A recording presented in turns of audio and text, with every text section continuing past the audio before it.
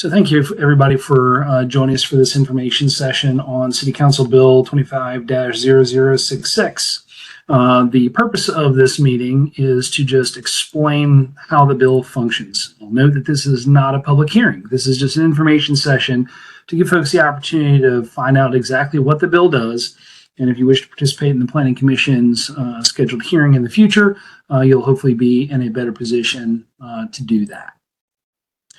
So as a preliminary matter, if anybody has not had a chance to actually look at the text of the bill, put a QR code there on the left that'll take you to the City Council's Legistar site, and you can take a look at the first reader copy of the bill.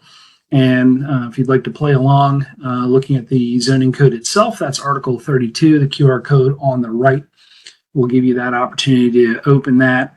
And the current form of that, it's now on the Baltimore City Law Library, kind of like a LexisNexis sort of style of live navigation. So it's not a flat text anymore. Leading up to a Planning Commission meeting for this bill, if you have commentary that you would like to send to the Planning Commission, you can send that to my attention. My email address is there, eric.tiso@baltimorecity.gov. And if you just put the council bill in the subject headline, that'll help me find them and make sure I don't miss anything, so I can make sure that your commentary is included in the file. If you might have already sent us commentary and you hear something here that changes your opinion, or you'd like to update any testimony that you may have already sent, that's fine. Just let me know in your latest email that it's an update, so I can find the other one and either replace it if that's what you would prefer, or put them side by side. Just let me know what you want to do, and I'll try and accommodate as best as I can. All right, hoping everybody's had an opportunity to catch these. We can go on. So the fast overview of what does this bill do? Number one, it creates a new definition. So the new land use that is being created is called dwelling multifamily low density, and it's its own new definition. And under the applicability section, under our design review process, there's about 17 things that trigger design review. It removes a trigger for conversions. In Title 8, which is our lower density R1A through R4 zones, in the district descriptions, it takes what are two paragraphs, makes it into one, and it basically makes the paragraph reflect that what was single-family dwellings only now allow a single-family dwelling or a one low-density multifamily dwelling per lot. The zoning tables for 8301, which is the uses for our lower density zones R1A through R4, and table 8-401, which are the bulk standards, are amended to include this new land use. Similarly, 9-301, which is the use tables for the R5 through 10 districts, and the table 9-401, which are the bulk standards for those districts, are amended to include a dwelling multifamily. And table 12-301, which is our office residential districts, is amended to include dwelling multifamily low density as well. So that's the fast overview of what the bill does. So I can walk you through more or less page by page. And I've kind of highlighted the bits that change just to make it a little bit easier to spot. So if you're not familiar with looking at the way the council bills are drafted, whenever you see text that is in all or in capitals, caps or small caps, that is text that is being added to the law. Okay, so all of this that you see here highlighted in yellow are in small caps that is being added. So this is the new definition under 1-305R for dwelling multifamily low density, which creates a new land use that basically is a multifamily dwelling with 2 to 4 units, and may also include some common facilities such as laundry rooms and other shared facilities. Under 1-309, low density multifamily, which is the way most of us would title that use, it adds a crisscross reference so it can use either in the text and it means the same thing. This is an example where brackets are shown, and that's highlighted in yellow. Whenever there's brackets in a council bill, it's indicating everything between them is to be deleted. So when we look at our development review requirements under design review, I mentioned that there's about 17 triggers that require design review. item 5 on that list, which is when there are exterior modifications for R7, 8, 9, and 10. That as a trigger is being removed, so design review would not be required. Moving on to Title 8, this is in our lower density residentials from R1A through R4. As it sits now, those are single family dwellings, are the only form of dwellings that are allowed. So what this is doing is taking that paragraph A and B, deleting paragraph B. And since there's only one paragraph, it doesn't need its own title. So that's where that header in italics for paragraph A is being removed.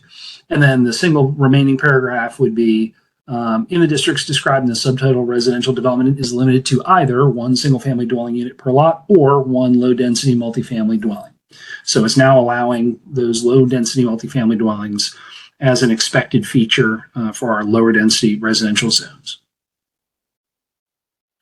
Then come the changes to the tables. So table 8-301 is the tables for the lower density R1A through R4 zones. And again, you see it in capitals. Dwelling multifamily low density is a new use added to that table, and it just slots in alphabetically. Everything else that exists in the table stays in the table. It's just adding this use. And in the boxes, it's adding P for permitted by right all the way across all 4 of those zones.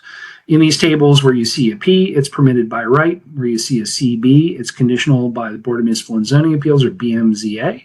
Wherever you see a CO, it's conditional use by ordinance, which requires legislative authorization, basically a city council bill through the city council and to the mayor. The companion table in table 8-401, it adds to where the line exists today that says that there can be dwellings detached or semi-detached, and it adds multifamily low density to that same line. Okay, so that means that wherever you can have a detached dwelling or a semi-detached dwelling, you may also have a multifamily low density, which is again the 2 to 4 units. So the lot sizes are the same for all of those things. This is a little bit different than what you may be used to in the zoning code, where in multifamily districts, which would not be these, this is new. In our multifamily districts today, you would need to have the lot area requirement times the number of units equals the total size of the lot. This is basically putting the multifamily low density as a category of use on the same lot area scale as a single family dwelling. So if you're in an R1C zone and you have the 21,780 square foot lot or bigger, you can have a multifamily low density on that lot. Looking at the bulk standards, or continuing, there is a chart that used to exist under 9-703 under conversion standards that had certain requirements for sizes of units. That was removed in the last amendment to the zoning code, and in our lower density districts, it is basically being added here into the bulk standards table where it's more easily found. And so in each of those zones, unfortunately, the table was too big to span across the screen here, but you would follow that column down. If you have 2 units proposed, it'd be 1,500 square feet of gross square footage in the building, not including any basement area. 3 units would require 2,250. 4 units would require 3,000 square feet of gross floor area in the building. That's the interior floor space, not the lot. The lot area is this. So this is how big is the building. This one is how big is the property. And the reason why we would have 2 of those is because you want to make sure that you could have a very, very, very large property with a tiny little building on it, or you could have a relatively large building on a relatively small lot, and that may matter. Okay, so that's what those 2 do. In the tables 9-301, now this is the set of tables that covers our R5 through R10. That's the more dense half of our districts. It allows multifamily low density in R5, 6, 7, and 8 as permitted uses. R9 and 10 already allow multifamily, so it wasn't needed to be added to there. Similarly, in the density or the bulk and yard requirements, In Table 9401, it adds multifamily low density to the line where dwelling row house would exist. So again, wherever you may have a row home, you may have a multifamily low density. It meets the same lot area requirement. It is not a per unit calculation. Similarly, those gross square footage areas, not including basement areas, but just the rest of the gross square footage of the building for 2, 3, and 4 units applies equally here.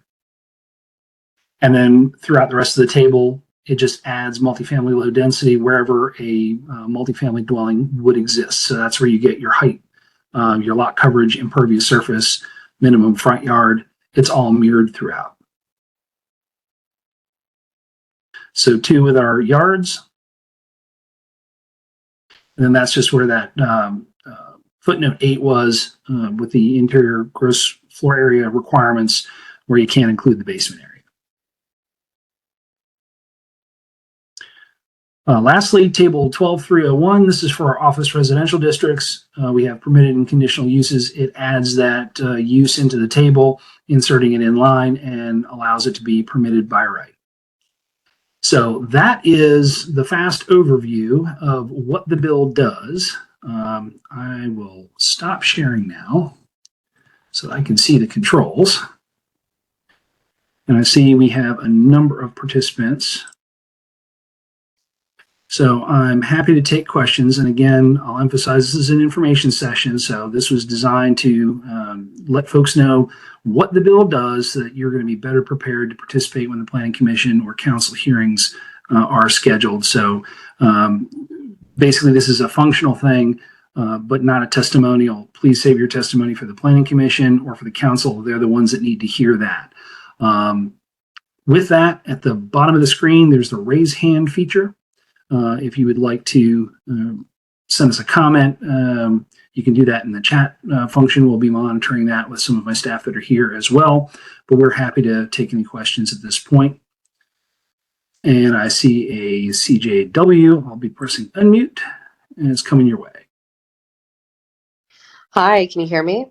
Yep, we can. Hi, so this bill is being framed as a fix for exclusionary zoning, but doesn't that frame obscure the real crisis, which is years of neighborhood disinvestment, rampant code violations, illegal conversions, lead exposure, and a housing department that is both under capacitated and lacking in enforcement. So my question is, without first restructuring the Department of Housing and Community Development and addressing these systemic failures, how can this council guarantee that this legislation won't exacerbate existing harms, endanger residents, and expose the city and taxpayers to major legal and financial liability?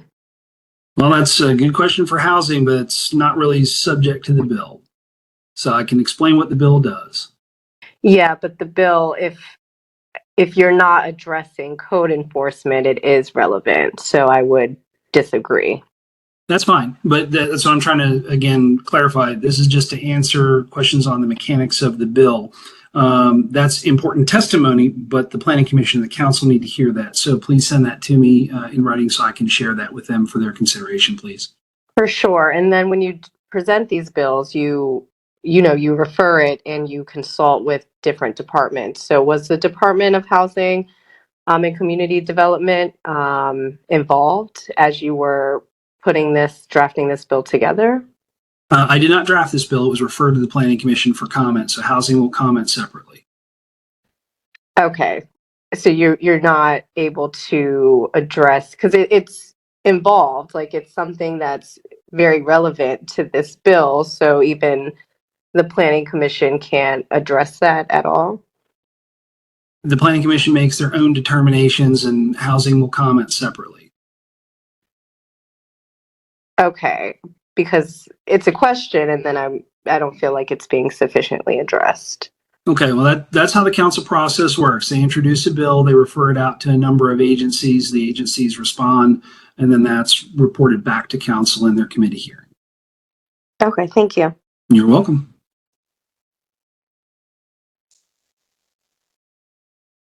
And I see a comment in chat from Alexandra Gordon. Which neighborhoods will the bill affect? Can planning department provide a map so citizens can reference? This is citywide. So this covers all of our residential zones and office residential zones in the city. So it's pretty much anywhere with an R or an OR zone is affected. And William asks, is there a place to read how the new code would look in full rather than just review proposed edits? No. There are times where a inline edit is done, but usually those are for the most complex bills. But unfortunately, one has not been prepared by legislative reference for this one.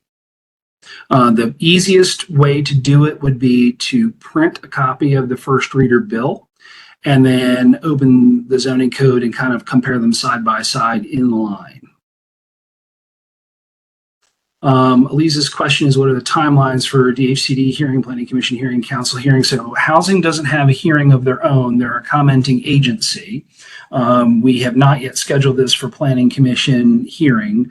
I can say that we are, based on reactions, we are not anticipating scheduling this for August 28th.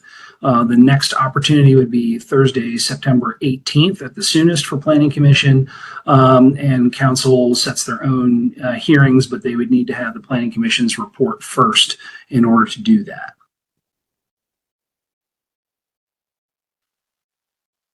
And so again, for anybody who may have popped in recently, you're welcome to use the raise hand button at the bottom if you'd like to be unmuted to speak. Otherwise, you're welcome to use a chat feature. And Alexius Wilson asked if the council in sponsoring the bill is attendance. I don't know. I haven't looked at the list because I'm looking here, so I'm not sure if they're here or not.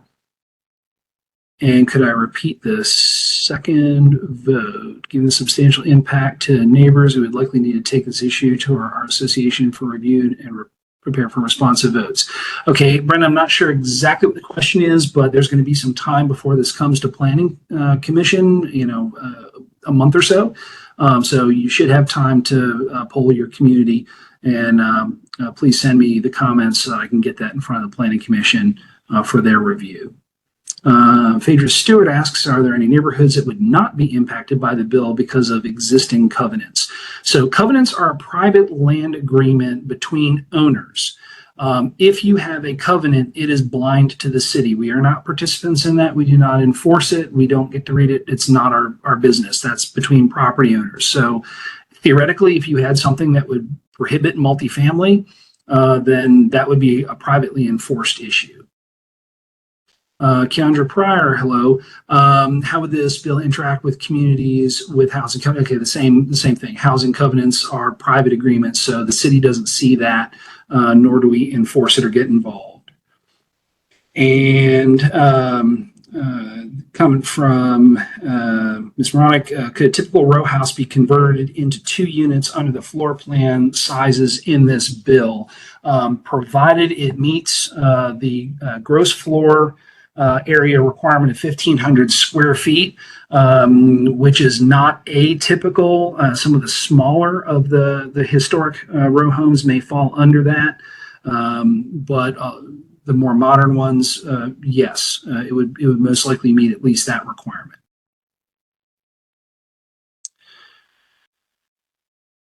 Okay, yeah, I'm glad Brenda's question got answered. Thank you. So yeah, September 18th would be the soonest that we would be looking possibly to schedule this for Planning Commission. So there's time.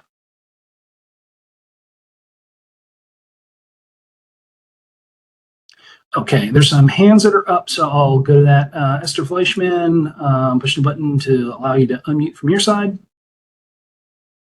Hi, I was wondering, in neighborhoods that are heavily single-family dwellings, would there be any limitation on the number of dwellings that could be converted? So this is a general use allowable in all of the residential zones. So theoretically, no, there is not a limit. As a practical matter, would it mean that a single family neighborhood will immediately be converted all to multifamily? No.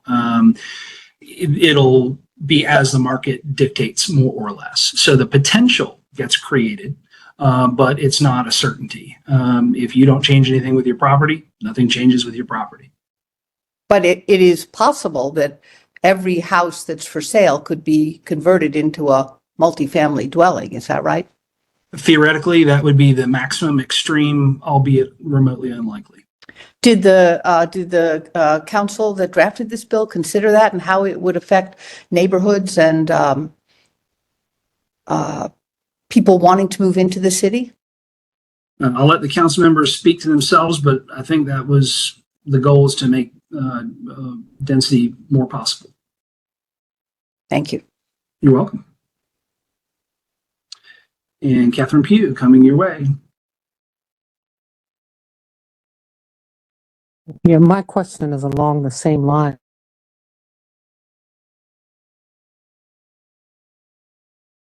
Especially those who go and remote home ownership. Is there any consideration given by the Planning Commission in your deliberations as it relates to the changing authenticity of a neighborhood in terms of its protection, like in Ashburton or a Roland Park or neighbor? Okay, I think I understand. So if you're talking about exterior appearance and character, all of those controls, if you're in a local historic district, would remain. So nothing changes there. You would still have to meet the CHAP requirements if that is something that's imposed on you. Similarly, if you're in an urban renewal plan area that has certain design standards, those would equally apply. So it's a use issue. It would change the use of the building itself.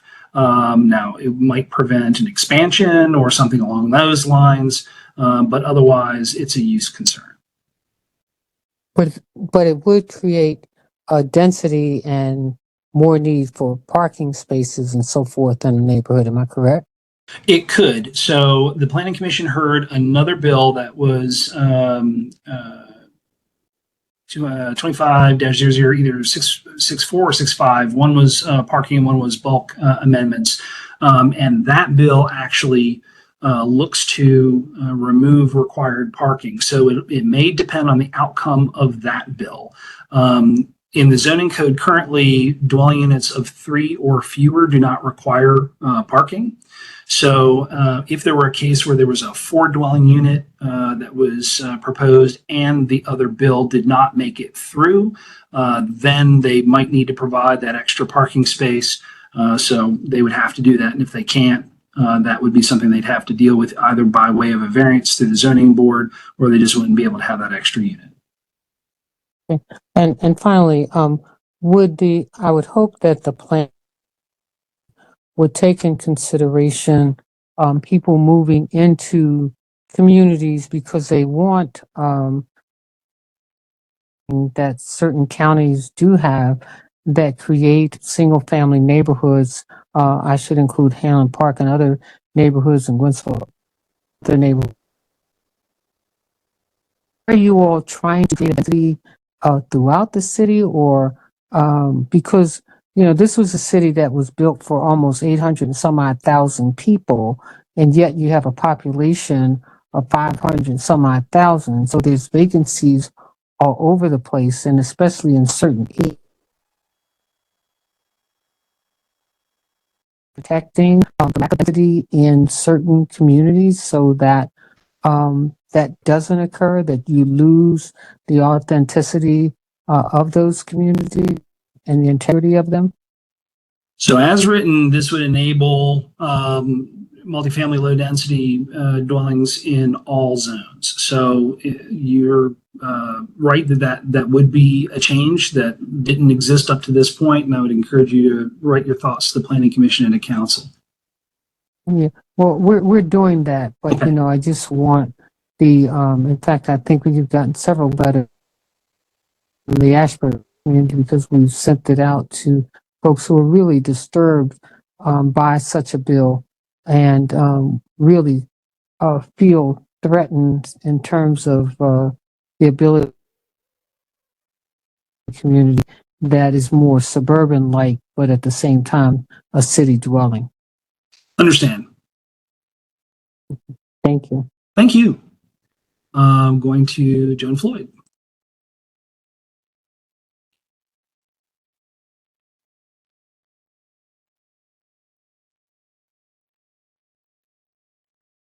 Joan, you hearing us? She's still muted. Hey, Joan?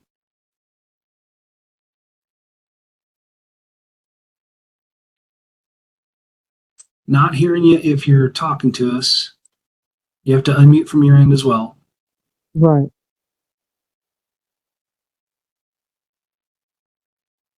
Okay, may have stepped away. I see a GMHCDC.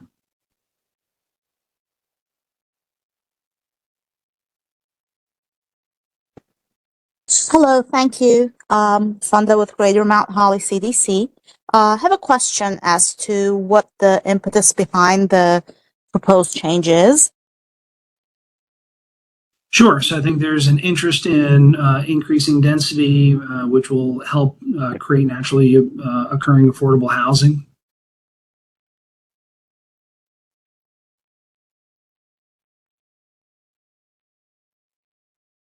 So hopefully that helps.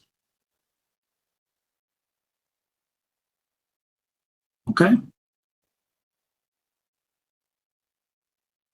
All right, we'll try Joan again.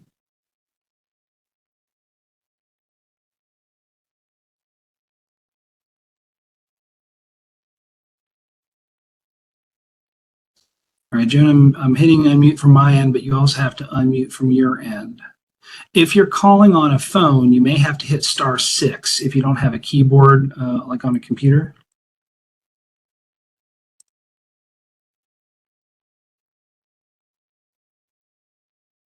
Okay, sorry, we're not hearing you on this end. Eric, it looks like Joan's saying that unmute isn't working. Can we try again with the unmute? Oh yeah, I've been doing that.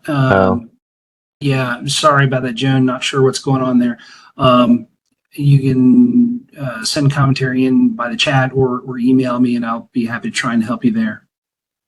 We'll try Lisa Ward.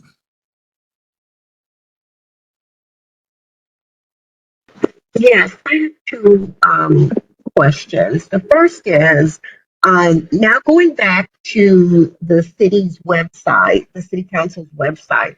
I see now that there someone has changed the referral department to or the referral process to now include the fire department on May 13th, 2025, when that wasn't the case previously. So I'd like to know who would be responsible for that and why that's being done. That's the first question. And the second question is, why is there no discussion of compliance with the ADA in any of this information that we're being provided? And that's Okay. the American Disabilities Act. Sure. So first question, Council President's Office makes referrals to agencies. So that's on them to make those referrals. Sometimes they'll find a need or they'll change their mind and they'll change a referral or add one. So that's Council President's Office that does that. And then the second one. Okay, but they didn't just add, they added it retroactively. Yeah, for that the happens from 13th time to of time. 2025, when Yeah, it wasn't actually referred to the fire department. Yep, that happens at the president's office's discretion. They change referrals. That can happen. When you say they change referrals, you mean they're retroactively inserting something that was false because it hadn't been referred to the fire department. So we need to be clear on that so that everybody knows that. Yeah, this is somewhat of a common feature. So bills are referred to agencies for their comment, and at times based on either what they hear or if they just made a simple mistake, or if there's a reason to ask another agency for their comment, they'll add or amend a referral. That's fairly typical. I know what the process is, and it's not just that they went in and added it retroactively. We know the fire department hasn't weighed in on that. So I'd like more than anything to point that out. That's not a normal thing to do, to retroactively insert a referral where one wasn't made. Let's just be clear on that. Well, I'll have to disagree with you because that does happen. In fact, I've requested referral changes for whether it's the Department of Planning or Planning Commission. So we'll agree to disagree. That's just how the system works. So thank you for your comments. And also the American with Disabilities Act requirements. Nothing in this bill changes that. It doesn't even address it. Well, it's because it's in the building code, not the zoning code. So there's no changes. The single stairway on a building up to 6 stories, which is an ADA matter, where is that addressed? Because it's not in any of the information that you've conveyed to us. And so it would be in the building code. That's where those requirements are.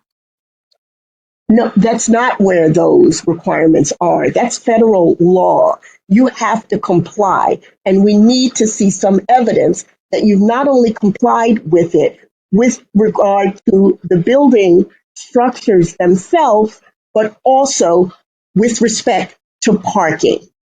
That's not in the building code. That's federal law. Right. So federal law applies. Local states incorporate that into the state's building code. Then the local jurisdictions adopt the state's requirements plus whatever local requirements on top of that. So it does cascade down, and it is incorporated into the building code. Where specifically, so we can go see where it's incorporated? Because there's nothing addressing these specific. So that'll be a question. That'll be a question for the plans examining office and housing. So they're the building code professionals, and it's scattered throughout the building code. So it's there. Nothing is changing that by this bill. That's a whole separate thing. Okay. It's not in your building code. It's codified under federal law. I also need you to be specific about that. It's not. It's not. I'm telling you. I've addressed it, how it cascades down and how it's incorporated in the building code, but thank you. Okay, Sonia Edie.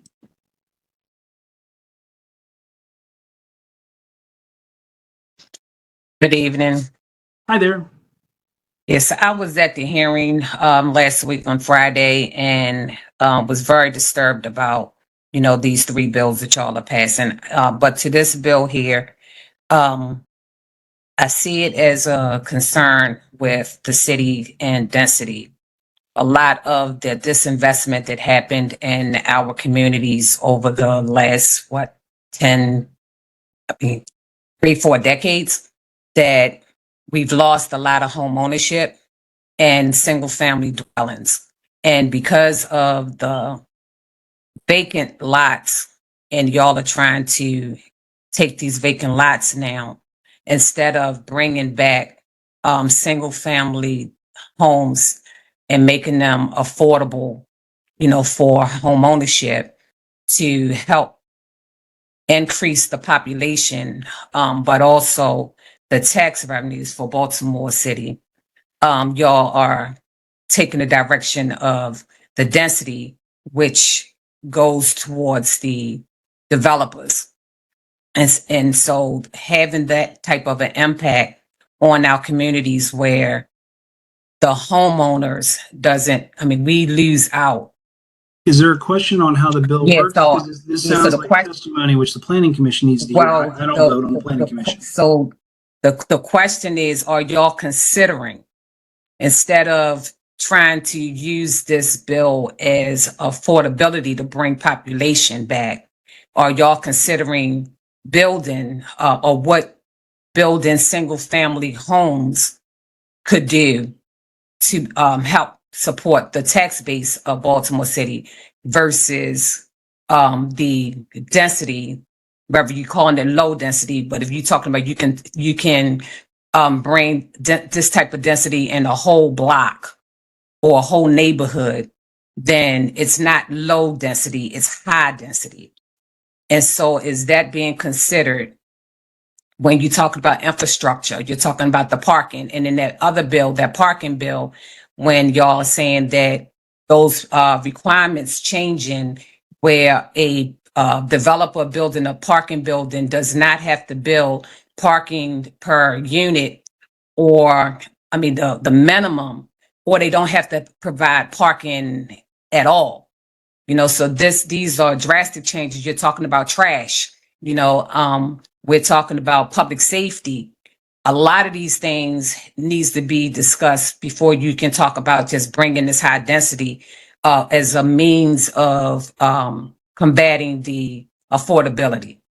Okay, so I don't think I heard a question on the function of this bill. That I think you need to capture that. The question was, are y'all considering? Because it doesn't sound as though there's any consideration to the existing homeowners who remained in this city as a homeowner and wanted to protect and preserve their neighborhood's integrity with home ownership coming back, single family houses, even a converted house into a two family dwelling. But to just use this as a bill to be able to force this density seems like something that can push people out of the community because of the loss of the integrity. And that affordability does not have to just be around apartment living, but also home ownership in single family dwellings where people can even rent. Sure, I think I follow. So this allows the possibility. It doesn't guarantee anything. It doesn't force anything. The chances that an entire block would get converted over to multifamily may be higher in some areas, but not likely in others. So it's one tool among many. Okay. I mean, y'all already doing it, taking half of blocks or whole blocks. So this bill will allow that continuation. It would allow it in other parts of the city that don't have it today. Mostly already in the disinvested neighborhoods where there has been houses torn out. And so instead of replacing it back with the housing styles, or like, again, I'm repeating, single family dwellings, rather rental or sold, they are replacing single family dwellings with density. That is a possibility, yes. I live here, I know. Thank you. Yes, thank you. Okay. Moronic?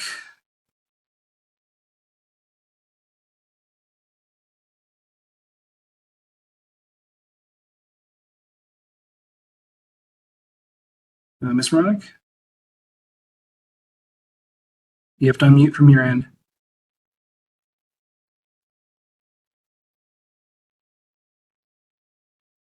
Okay. We'll try Arlen Colors. Hello. Can you hear us? Yes. All right, Nancy, go with your question. I have a question. My husband and I moved to this community from a row home development in the county.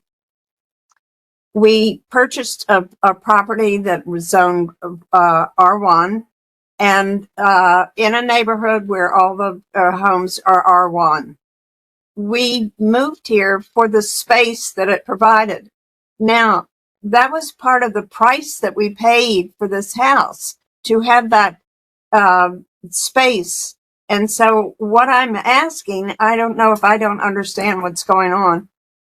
Are you now taking our investment and saying, too bad, all of those homes can be converted into multi-family dwellings? Yes, the bill will allow a multifamily in all of our lower density residential districts where that was not in existence before, if it's adopted as written. Well, I mean, how can you just say, too bad about your investment that you paid to live in that kind of environment? You now are saying we're pulling that rug out from under your feet.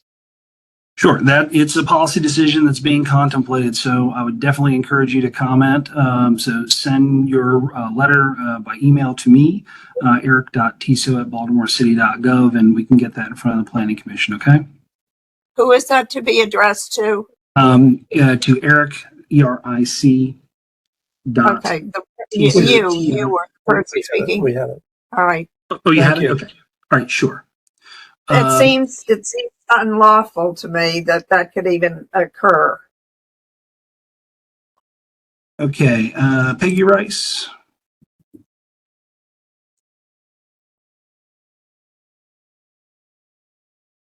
Peggy? Yes, my question is, well, it's kind of twofold. First of all, why is this coming up at this point in time? And have communities been advised of this information? I mean, my understanding is the city council is there to represent us. And it doesn't sound like we want this. So why is it coming up? Well, there's a fair bit of disagreement on multiple sides. So we tend to hear more from the folks that are concerned or upset. That's just how public hearings tend to go.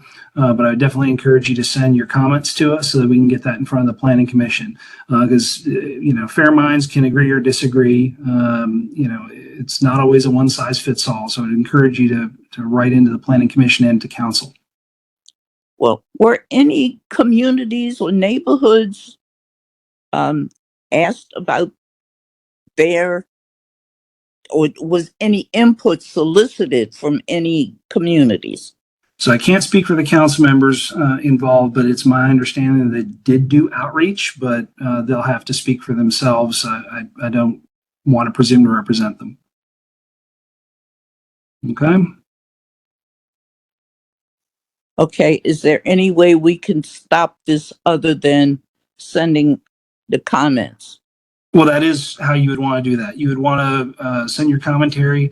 If you wish to appear at the Planning Commission hearing when it's scheduled, you're more than welcome to do so. And then further, remember, the Planning Commission just makes its recommendation to council. They will eventually do what they do once they get all the agency's advice. So there's nothing guaranteeing that they will agree with the commission one way or the other. So I would encourage you to participate in the council's committee hearing as well. All right, thank you. Okay, you're welcome. Kevin.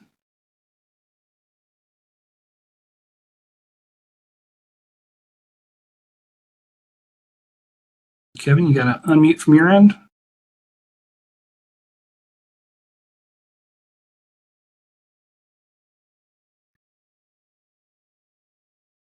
Okay, not hearing you if you're talking to us. If you're on a mobile phone, you may have to hit, I think it's *6.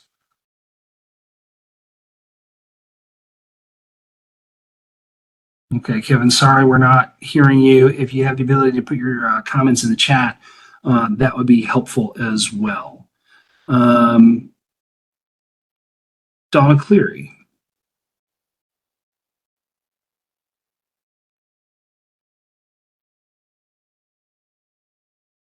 Dawn, if you're talking, we're not hearing. Oh, there you are.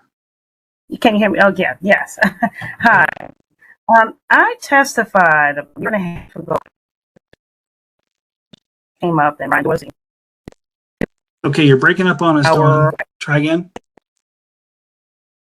Yeah, can you hear me now? Very, very broken. We're only getting a couple pieces here and there. If you're mobile, you might be just in a low service spot. Okay, there, I heard you clear. Stay where you are. Try again. A little bit, yep. Try your question again. I testified at a hearing you had about a year and a half ago. Okay, yeah. All right, I got that you participated in the prior session. Mhm. Dorsey went over his vision, changing the single. I'm sorry, we're only getting a syllable on occasion, so it's just we're not catching it.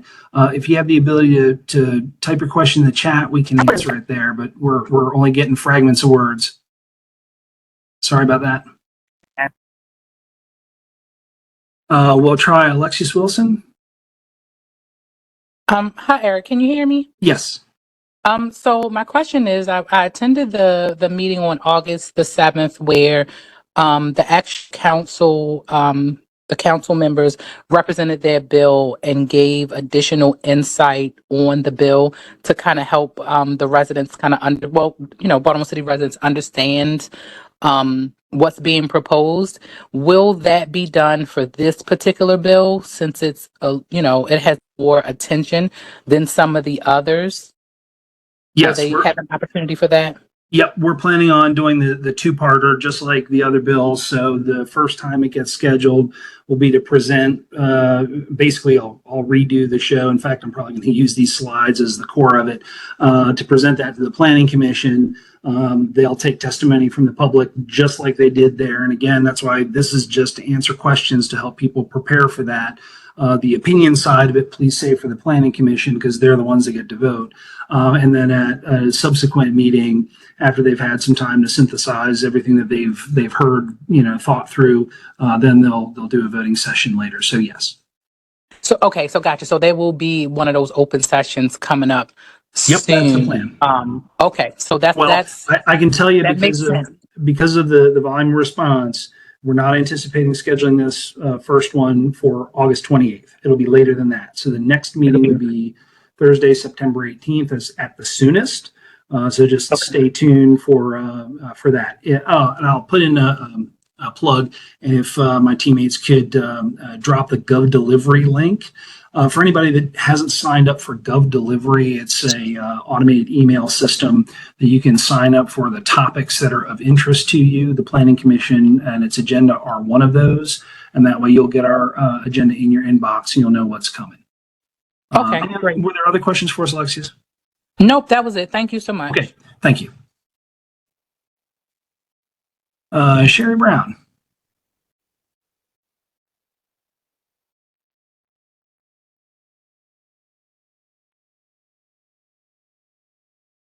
All right, Sherry, you got to unmute from your side.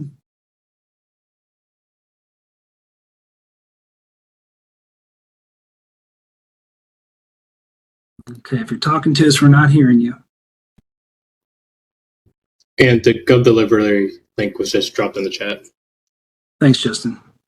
All right, Sherry, if you're on a mobile phone, oh, there it goes. I see it go green. Go ahead. Okay, yes. My question, I put it in the chat. The communities, I know you stated that it was citywide, but given the atmosphere that we're in, certain neighborhoods aren't going to feel the impact that the mainly brown and black communities are going to feel. So I put in the chat was Roland Park and all the other high level like Fells Point. Are they going to be under the same planning that you're doing in neighborhoods where one woman stated there's certain structures in the house in the communities, and for you to come in or the city to come in and build these multi-level families homes, not only are we going to be affected by the parking, but it seems to me that either the city is trying to gain advance revenue at the expense of homeowners. And like the lady earlier stated, she bought her home for space. Many of us did just that. And now you're trying to take that from us. I don't understand how the city can see it as being anything other than a hostile takeover of our neighborhoods and our rights as homeowners. So to answer your question, this levels the playing field, and it allows multifamily up to 4 units in all residential zoning districts across the city and office residential zones. Commercial already allows multifamily, so it's pretty much every district that isn't industrial will allow multifamily. So that's the possibility.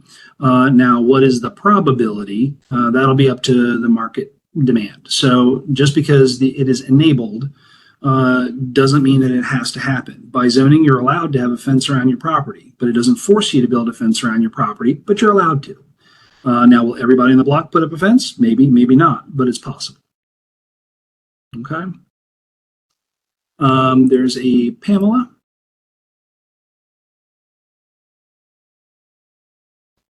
Hello? Yep, hi there. Hi. I just wanted to go on record that you all are. Hang on. If this is a question, I can answer a question, but this isn't a public hearing. This is an info session. So save it for planning commission. My question, okay, I'll form it in a question. Why are you taking our wealth from us? That's what it's doing. Because we have been struggling with these neighborhoods for years and trying to go along with the rules. We had to accept multifamily houses in our section. We have to accept drug houses, rehabilitation houses in our neighborhoods, and we are trying to survive here. And now you're saying to us, we don't care about the wealth that you have accumulated. We're going to take it and we're going to force it. Because one thing, nobody's renting these apartments. Who's going to rent the apartments? They're not doing it now. Apartments are available. I don't understand the strategy of these laws, and it's just to make developers rich. Now, if that's not a question, it's my statement. Okay, and I would encourage you to phrase that in the form of an email or a letter and send it to the planning commission and to the council, because again, I don't vote, they do, but your voice should be heard, so please do get that to the planning commission, okay? All right, I think I'll take a break here to ask the team, because I have not been looking at the chat. Is there anything in chat that needs to be addressed out loud? Excuse me, Eric. My name is Arlen Colors. You had called my name, but someone else got on at the same time that I was coming on. May I speak now? Okay. Yep, go ahead. I have a series of questions here. What's the definition of low density, and what percentage are we looking at per neighborhood? So the use by definition is 2, 3, or 4 dwelling units. So that's what it would allow. So it becomes a permitted use in all residential zones. So again, the theoretical maximum would be that any residential property would be allowed to have one on it up to 4 units. Now, again, they have to meet the requirements of square footage for gross floor area within the building, but under the presumption that they could do that, then they could meet that requirement. So this pertains to this is not pertaining to the density of the neighborhood, because you could have a high density neighborhood and have single family homes in it. So you're going to add additional, their goal is to add additional density regardless of the state of the neighborhood. Is that correct? It would allow the use. Okay. And if it's allowed, it will happen. Have there been any studies to look at the consequences of previous actions such as this, particularly in West Baltimore, where neighborhoods have been destroyed and densified, and ends up with delinquent property owners, with homeowners pushed out? If you need an example, all you have to do is look at West Baltimore. I wonder if there have been any studies pertaining to that. So this is relatively new in the planning world of removing single-family only zoning districts. I think there's only been a couple cities that have done it, and the one article that I saw on it, I think it was St. Louis. They had very, very modest levels of multifamily taking advantage of it. So it enables it, but it doesn't guarantee that anything is going to change. And if there's no market for it, then it's not going to happen. But it's early days yet. Okay, what other city other than St. Louis, please? Yeah, unfortunately, I don't have that in front of me, but it's quite new that cities are starting to look at this. Okay, so we're going to be the petri dish that decides what's going to happen here. St. Louis is not really a city that's you would call up and coming, and I wouldn't say it's an example that we want to go towards, probably away from that example. So I would like to have other examples thrown in it so we have some idea of where this potential proposal will lead us to. Because we're looking at developers from like BlackRock that are buying up properties in mass and pushing out homeowners. So that would be an effect. And we've already seen that effect in West Baltimore. And it sounds like you need to write in your opinions to the planning commission. Please do. I will. And my last question is, why the blanket zoning change? I'm sorry. Homeowners such as myself, I moved to Baltimore in '94, particularly because I love the row houses. I worked in my neighborhood and helped develop Reservoir Hill along with my neighbors. And one tools we've ever had with anything has been with the zoning ordinances. Because believe me, if a developer can come in by law and develop the properties into 4 units, that's going to happen, and it will push out homeowners. So why isn't there a blanket covenant here that's being proposed? That's how it was drafted to allow multifamily across the board. So again, it may be more likely in some areas that it would actually happen than others. That's of course a possibility, but that's how it was drafted. Just that's how it is, huh? That's how it's currently drafted. Okay, thank you.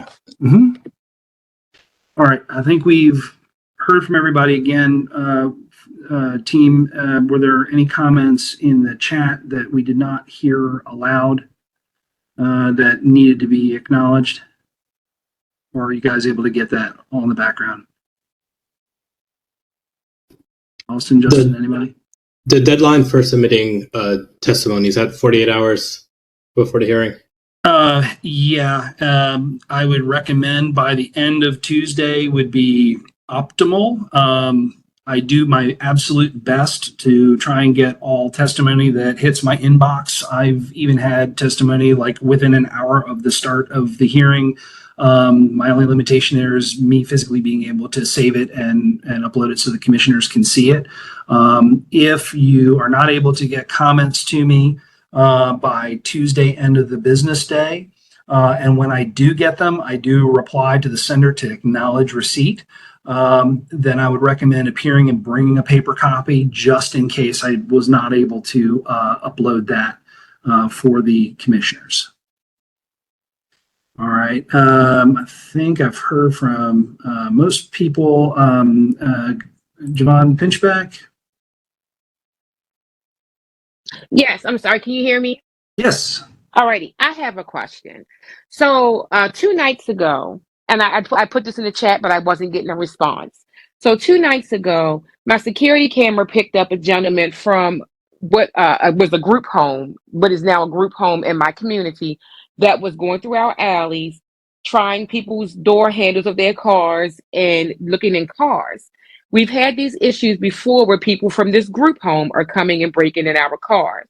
I called 911. Okay, and the I police need never. questions about this bill. If this is I am, but testimony, no, it's not a testimony. I'm asking the question. Let me finish. okay. So when I called 911, they never came out. So with this bill comes more with these multi-dwelling units now, and we're going to have more residents. We're going to have less parking. So who knows where we'll be able to park in our areas? My question is, what are you guys or whoever considered this bill and thought this was a good idea? What are you guys going to do to protect our property from being stolen? Because I don't want to come outside of my house and see my car isn't where it was supposed to be when it's time for me to go to work because I had to park 2 blocks around the corner because there's now a home next to me that's been broken into 3 apartments that has 6 people in each building. How is that supposed to help me and protect me and my items that I worked hard for? Because this is not why I moved in the city. I moved in the city because of the space. I moved here because I had parking. It wasn't a lot of people. But now that this is all being shoved into this neighborhood, what is going to be done and how are you guys here to help and protect us in our communities that we're paying for? And is this going to lower my property taxes? So a lot there. I encourage you to share your opinions with the Planning Commission and with the City Council. They're the deciders, and that's a lot of wide-ranging stuff that goes well beyond just the zoning code. So please send in your thoughts. There's a C. Gross.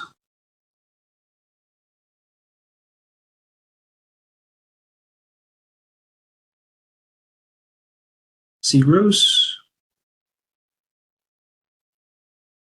I'm trying to unmute. Can you hear me? Yep, there we go. Go ahead. Great. So I do have a couple questions. One, I would like to know who drafted this bill who drafted it. I'm not sure if it was the administration, but even if it's administration, who drafted it? Who on the city council supports it? Can you give me the district, the name of the individual and the district? Can you also tell me how, as an aging individual, I don't see this, and America is aging. I don't see how this benefits me as someone who needs parking and different things like that. And also, I heard you talk about studies, but given I live in East Baltimore, right next to Johns Hopkins, where parking and density doesn't mean affordability, it means increased prices. I need to understand how this bill will ensure affordability. That's what I hear being tossed around. But are there any guardrails and are there any requirements regarding rents or anything like that to ensure affordability if this takes place? Thank you. Sure. So this is an administration bill introduced by Council President, co-sponsored by Council members Dorsey, Gray, Blanchard. So that's at the top of the bill. As for guarantees, there are no guarantees. So the zoning code is a pretty straightforward and simple tool. It controls land use and bulk and density, but it doesn't go beyond that. So it doesn't affect rents directly. It doesn't affect prices of property directly. It enables the use, the density. Beyond that, it goes to market or other regulations that may be in play. But otherwise, it is more or less what it is. Looking for others here. Janet Denise Allen.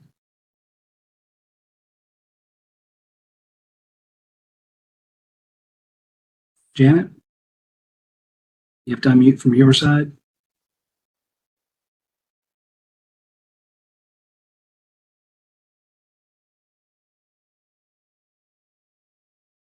All right, not hearing you, Janet, if you're talking to us. So if you have the ability to use the chat box, I'd recommend you do that.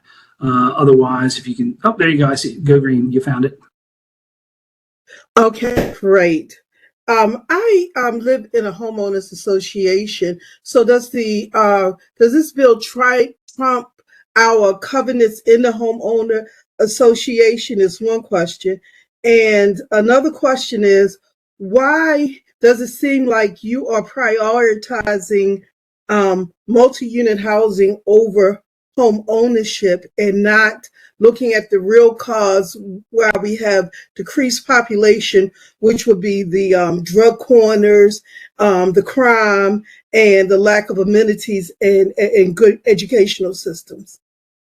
So the first answer is no, it does not affect anything for your HOA. Any HOA requirements, covenants, those are private agreements between property owners. So the city doesn't see those. Those are blind to us. We don't enforce it. That's a private issue. So if you have something that constrains your property, that is your private contract. Otherwise, the zoning code enables use of land. Market has to take the practicality from there.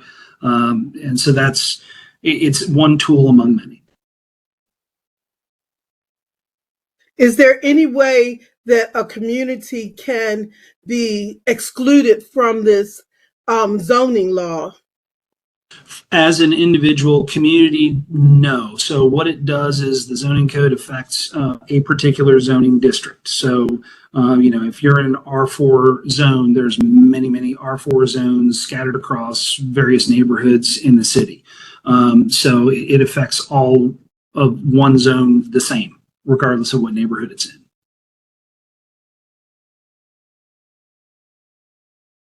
in. Okay. Jennifer Jarvis. Thank you.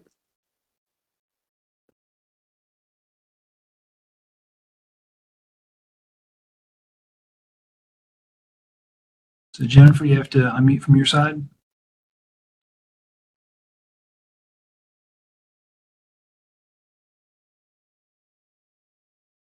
And if you're mobile, you might have to hit, I think it's *6. Can you hear me? Yep. Okay, sorry. Yeah, this is a kind of practical question.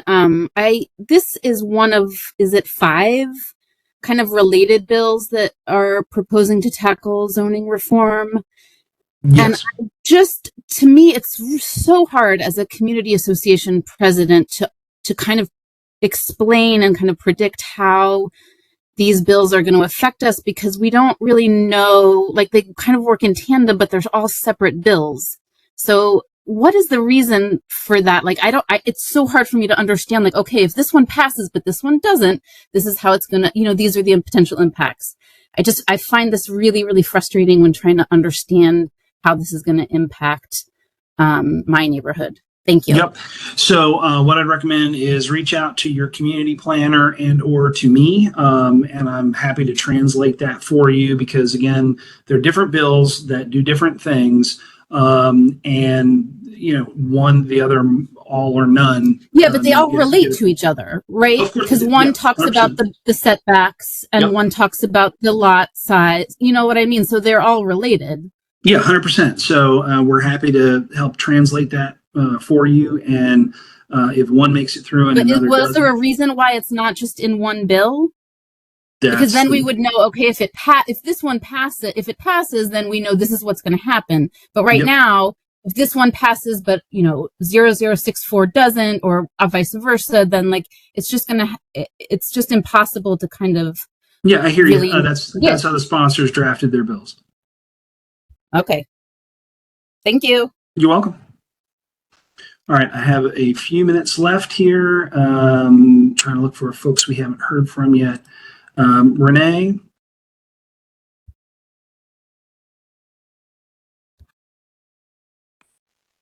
Good evening. My question involves the inspection and monitoring of these buildings. So once this goes into effect, has any information or any concern been given to who's going to inspect these properties, what type of inspections they'll have? Because as it stands, our inspection process is lax as is. Sure. So this is a zoning bill. It doesn't affect any housing code or anything like that. So nothing changes there. So what's in place now with regard to inspections stays the same. It's not affected at all by this bill. So there is no indication that numbers would increase of inspectors. It'll become more rigorous with this more work being done. There's no indication of that at all. The zoning code doesn't do that. That would be a personnel decision by housing. They would need to make those changes on their own, but this is a zoning bill. It doesn't change anything directly. It's just changing the base law. Thank you. You're welcome. Meredith Goodman, did we hear from you yet?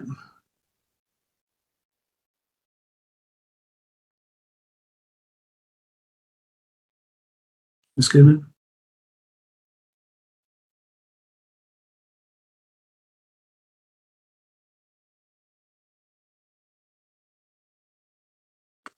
You'll have to unmute from your side, but if you're talking to us, we're not hearing you yet. Hello? Okay, you got it. Got it? Yep. Okay, hi. Yeah, probably this might have been touched on, but my concern in terms of trying to ask a question, one of the things I've found by interacting with the neighbors and the communities around me is what was the reasons given for these bills? Because from what I've been hearing, and I also was in the hearings this last week, no one gave any reason. I mean, which needs speculation from everybody as to what the underground reason was. But did they give a reason why these bills are so important to do? So what we have heard is a desire for more options in housing, creating the opportunities for affordable housing. Some of our denser neighborhoods are looking to not just be the only place in the city where smaller numbers of multifamily dwellings can exist, and to, in essence, share the load among our lower density neighborhoods. So it's a policy shift. It's definitely that. And as I mentioned before, this is a relatively new idea in the planning sphere to not have single family only zones. Okay, well, what I'll say to this, and I can write it up as well. When you say more options, I'm not sure. I mean, there are options all around the city. You don't have to change the entire city. You just go to an area where what you want is offered. Number two, you said more affordable housing.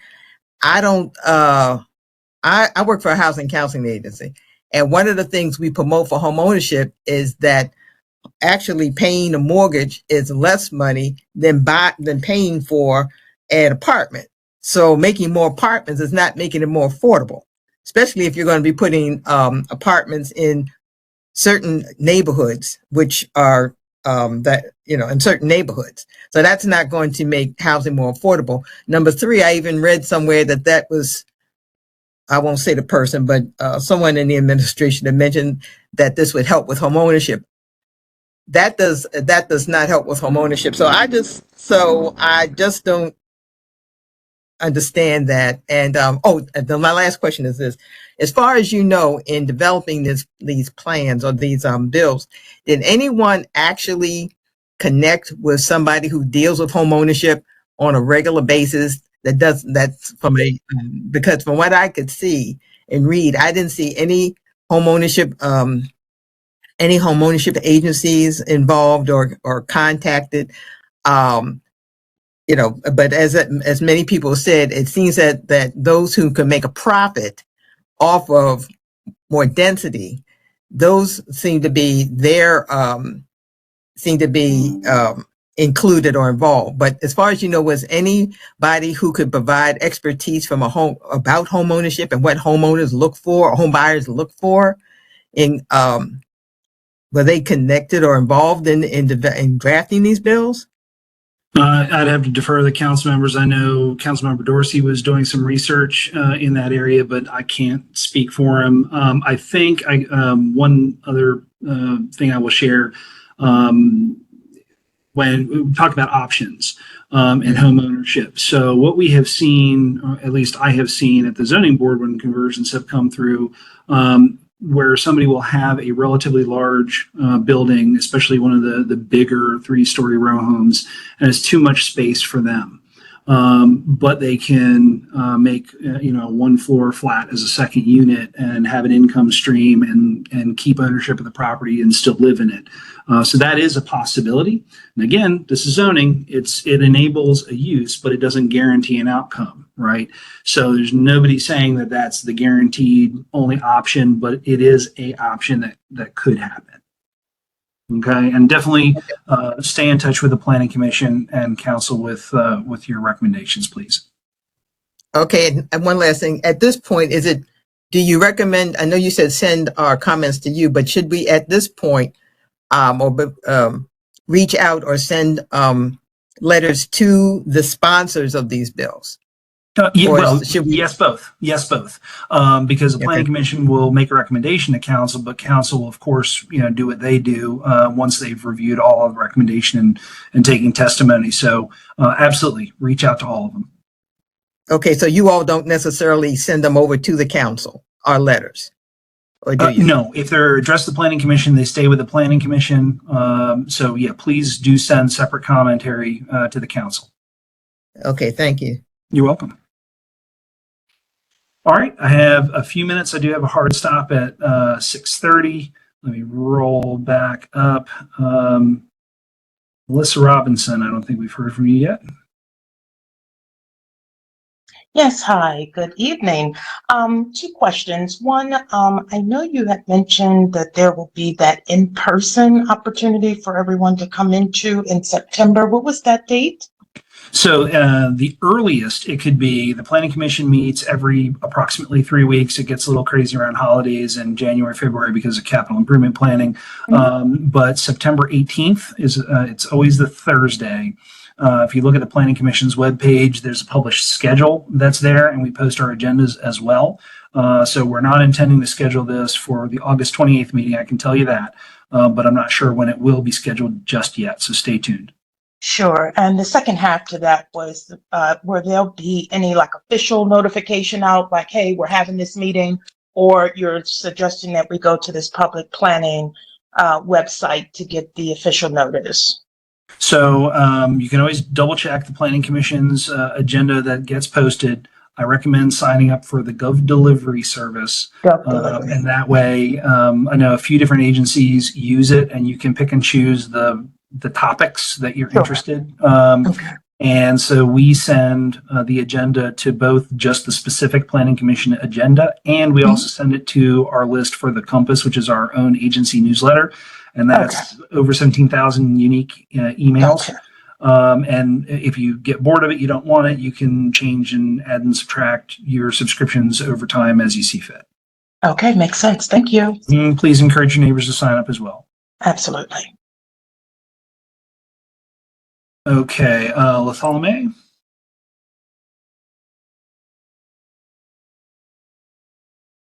Excuse me, Mr. Tixo, this is Arlen Colors again. What is the exact date that the letters are due by? You said by Tuesday. What date is that?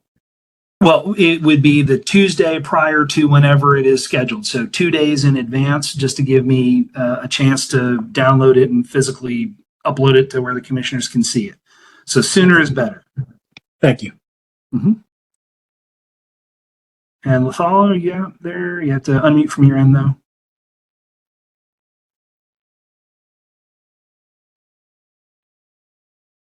Hi, can you hear me? Yes. Okay. I did want to say for the record, I've asked a question multiple times in the chat, which have not been addressed.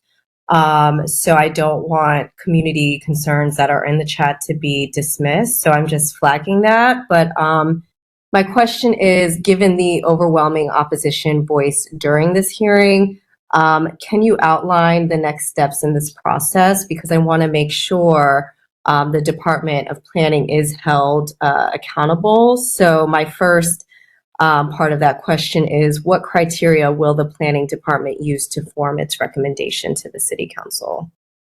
Okay, so it's the Planning Commission that does that. And this is not a hearing, this is just an info session. So again, I don't get to vote to decide on anything.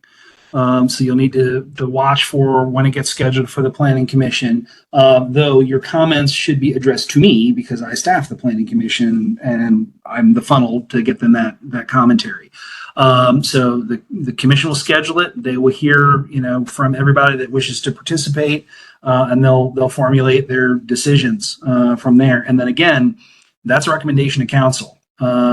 The commission, may recommend one thing and council may go a different way. So please participate at both levels. For sure. I think that doesn't take away from the fact that there should be like specific procedures that you would be aware of that would say what this explicit criteria is in terms of putting together a recommendation. So if you could just kind of walk us through that, since this is a Q&A. Yeah, in this case, there is not a specific criteria. This is 100% a policy decision. So, for example, you may be familiar with when they have, let's say, a conditional use conversion. There are certain conditional use findings of fact that are enumerated in the zoning code that they need to address. That doesn't exist here. This is just changing the zoning code itself. So it's 100% a policy decision. Yeah. Just because for other, when you go to city council and there's bills presented, there's a lot of documentation for specific procedures to make sure that it is due process and that these are good faith dealings. And so I'm just kind of shocked that there wouldn't be any procedure for that, but we can keep going. My other part is, how will the Department of Planning ensure that community feedback is actually incorporated into, their recommendation? Because I just want to make sure with what everyone's asking, their questions, that these are noted and that they're not ignored. So if you could reassure us. Yeah. So, like I said, send me your commentary, and it saves a step if you send it to me personally. Feel free to copy your community planner. Sometimes folks just send to their community planner, which is fine. They forward it to me, but it takes an extra step. Whatever I get from the public, I will present to the Planning Commission. It's in their file. The commissioners are pretty good at pre-reading. So the sooner I get your commentary, the better I can get it in front of them. And so just working habits peeking behind the curtain, what I tend to do is I will put letters together that are in support. I'll put those together that have just concerns, but not a strong, leaning for or against. And then I'll batch all of the ones that are in opposition. That way, put them all in one big PDF, and that way they can do a continuous scroll to read through all of those, in the support, concern, opposed categories. And then I add to them as things come in and mark it with a date so the commissioners know that something has changed. So that's how I work in the background to make sure that they see that. Of course, you're welcome to participate in the meeting itself. If you want to address them personally, you're more than welcome to do that as well. And then again, that's just the commission. Council is separate. Whatever you do, I would recommend sending separate commentary to the council, and I would further recommend for the council, because I don't mind getting one letter that addresses multiple bills, and I'll make sure it gets in all the files. Just in case for the council, I would recommend sending in a separate comment for each bill, just so that it lands in the right spot. If you send them one email that covers, 2-3 bills, they may make a human mistake and not get it in all the bill files, and I don't want that to get missed. Okay, that's really helpful. And then for both of them, because I understand you're advising that we reach out to the Department of Planning, but also to the City Council. Are both of those on public record? Like, are we able to see other opposition or support letters in full through a PDF, or Yes. is it one or the other? Yeah. Yep. For both. So through the Department of Planning, anyone can see all the opposition letters. Yeah. Mm-hmm. Okay. Thank you. And then is there just anything, any safeguards in place to ensure that decisions made without adequate enforcement capacity or public support do not expose the city to liability? Because if, there isn't proper code enforcement, and then there's a lawsuit stating that the city skipped a lot of steps in terms of putting this bill out in the universe without, doing the due diligence and going back and correcting everything that's necessary to actually make something like this work. And just as a taxpayer, I'm just wondering if anything to So I think I understand. safeguard. And that would be a question possibly for the law department, but this is a change to the zoning code. So there are, very fair concerns about, okay, now that if this gets passed, you've done it, now what, right? That doesn't change anything with inspections or any agency's operations or budgets or any of that. So is it possible that, this, policy change could have some practical problems, at the street level of, doing that work? Yes, that is possible. This bill does not address that. It's not an operational bill in that way. So, please incorporate that into your commentary. But they're separate things. Yeah, thank you. I will let someone else take the other 5 minutes because I know that you have a hard stop, but I do see in the chat that Keandra Pryor is asking to ask a few questions before the time runs out. So if you could give her the floor, that would be fantastic. Okay, I think we've probably heard from everybody else. Keandra, go ahead. We'll hear from you again. I haven't spoken at all tonight. Oh, I'm sorry. Yeah, that's okay. So I just wanted to highlight from the chat that someone requested a list of the most impacted neighborhoods. And Mr. Davis said he would send that to Ms. Gross. Can I just ask that either this list or map take in consideration the restrictive covenants and HOAs that already exist that would prohibit these things from being enforced? I don't know if that's possible, if you guys have that, but as a normal person, it's really hard to know what neighborhoods already have restrictive covenants that would not allow them to. Yeah, unfortunately, no. We can't do that because Okay. that is a private property agreement that is invisible to the city. So we don't see it. We don't enforce it. We have no part of that. So there's no way for us to know that. Okay. All right. Thank you for that. And then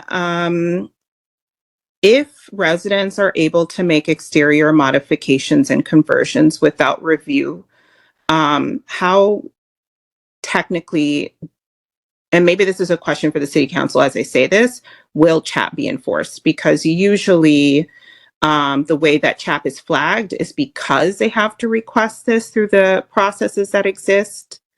But since that's being removed, have they thought through how CHAP will be enforced without any flags to conversions? So yes, CHAP will still apply. Things that are in CHAP districts, still permits get referred to them for review, so that doesn't change. And if it's in a local CHAP district, it wouldn't be subject to design review, meaning the generic design review that Department of Planning does. You either get general design review or you get CHAP review. You don't do both, so nothing changes there. So it would be at the level of permit requests. Yep, when the permit comes in, if it's in a CHAP district, it gets referred to CHAP for their review, and they do what they do as per normal. So Okay. that doesn't change anything here. Okay, so that's a separate issue for us in neighborhoods where people don't request permits. Okay. So if this is another question, sorry, pertaining to the bill, if lot size requirements are met, but not the building size requirements, what will happen? So if you have the lot, but you don't have the gross floor area requirement, then you can't get that permit by right. And so that would be a variance request that would go to the BMZA, like any other variance. And that would be a public hearing. Neighbors would be able to participate. They would have to justify the variance. That normal process would apply there. So, and sorry, but with some of the variances in our neighborhood, they don't go through BMCA, they go through the city council. So is that process being eliminated? It all will go through BMCA? No, nothing has changed there. So there may be a mixing of things here. So let me try and detangle that for you. And then I saw a note flash by. Malcolm hasn't spoken yet. I'll get to him and he'll have the final word for the night. So Baltimore is unique as far as I can tell that we have a double barrel process for conditional uses and or variances. So some of them go to the Board of Municipal and Zoning Appeals. Some of them go to the Mayor and City Council by way of a legislative authorization, a bill. So there are certain things like conversions in R7 and R8 that require a zoning bill from the Mayor and City Council. So basically, council gets to write the zoning code and they delegate the authority for hearings to the BMZA. So they have chosen in certain cases to retain that for themselves. Right. So if it's one of those items, then it goes to an ordinance and they handle it there. If it's not requiring an ordinance, it would go to the board. Thank you. That stays the same. Okay. And I have one last question. Okay. I really want to get Malcolm in here if we can make it quick. I know. I just waiting really long to be called. Yep, got you. So can older neighborhoods that don't have housing covenants create them to protect themselves from these changes? Yes, that's a private property ownership issue. If your neighborhood gets together and does that, that's you as private property owners. And again, it's a civil matter. The city doesn't enforce it. Okay, thank you. All right, thanks so much. Malcolm, last word goes to you. Thanks, Eric. Can you hear me okay? A little bit low, so speak up and we'll get it. Is this any better? Yep. All right, sounds good. I'll keep it brief. I know you got a hard stop. I did have two questions, but I think the second one may have been answered in the last questions. But just real quick, I know you had mentioned that the bills are, or this bill particularly was essentially crafted without any regard, if you will, just for downstream impact. Does housing and the commissioner have an opportunity to weigh in on this bill? I know when I attended the hearing on the 7th, and we were talking about the single exit bill, it was requested at that time that the fire marshal provide input or the fire department provide input, like, will the same thing apply for this bill? And will housing get to weigh in, understanding that there will be potential downstream impacts? Yes. So, yes. So the bill, let me just pull it open on a separate screen, stand by one. The bill was referred to the city solicitor, Department of Finance, Department of Housing Community Development, and to the Planning Commission. So those are the agencies that have been requested to send their commentary in. I guess technically there's nothing stopping an agency from just volunteering comments, though, you know, that doesn't always happen that often, but HCD will comment and represent themselves separately. Gotcha. And will we be able to see that commentary from the HCD? So that is on the Legistar page where all of the agency comments get put up. So if you go to City Council's page, look up the bill number, and I recommend just searching just by the number itself, just 25-0066. As they appear, they'll be available there in PDF for download. Gotcha. Okay. I appreciate that. And then last question should be brief. Again, you probably have already answered this, but just for my edification, if this bill doesn't pass, right, the process would exist today. So essentially, like a person who wanted a property can still get 4 units in that property if they just go through the proper channels to get it, right? Like to go before the zoning council and request the I don't know, ordinance or variance or whatever you want to call it, right? Like this just makes it easier for them to do that. So half correct. So right now our R1A through R4 zones, and there's R1, A, B, C, D, E, just plain R1, R2, R3, R4. Those lower density residential districts do not allow multifamily at all. Okay, it's just not permitted. So this bill, if it were approved, would add the ability to do 2, 3, or 4 units. If the bill does not get approved, then those zones stay single family. Now, on the other half, the denser half, R5 through R10, multifamily is allowed currently by way of conversion requirements. And like I said, in R7 and R8 today still requires an ordinance by mayor and city council. If this bill doesn't get adopted, nothing changes. If it does get adopted, then there's another route that these lower density multifamily buildings could get created. The biggest difference is that it allows it as a permitted use and it puts it on the same line as a single family dwelling. So that means that the lot area requirement, which is much smaller for a single family dwelling, would not be the, like, let's say you're in an R8, 750 square feet per dwelling unit, right? And this bill passes. So now the multifamily low density is allowed. If it has a 750 square feet, it meets a lot area requirement. It's not the 750 times the 2.5 that it is today.